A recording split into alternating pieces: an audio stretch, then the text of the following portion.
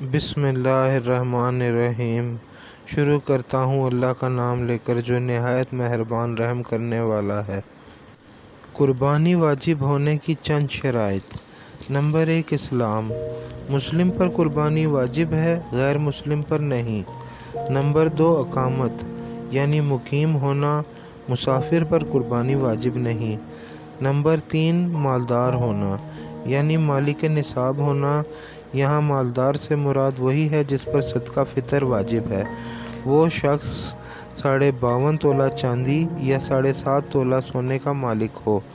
مالدار عورتوں پر بھی قربانی واجب ہوتی ہے جس طرح مرد پر واجب ہے۔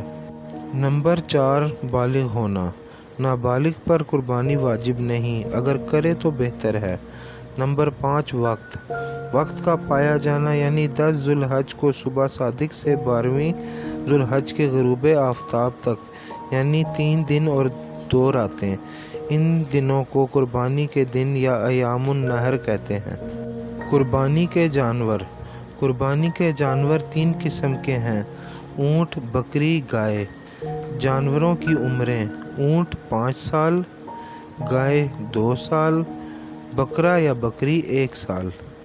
وہ جانور جن کی قربانی جائز نہیں: اندھا ہو، لاغر یعنی کمزور ہو، بیمار ہو، لنگڑا ہو، پیدائشی کان نہ ہو، دانت نہ ہو، ناک کٹی ہو، سینگ ٹوٹا ہو، تھن کٹے ہوں یا خشک ہوں۔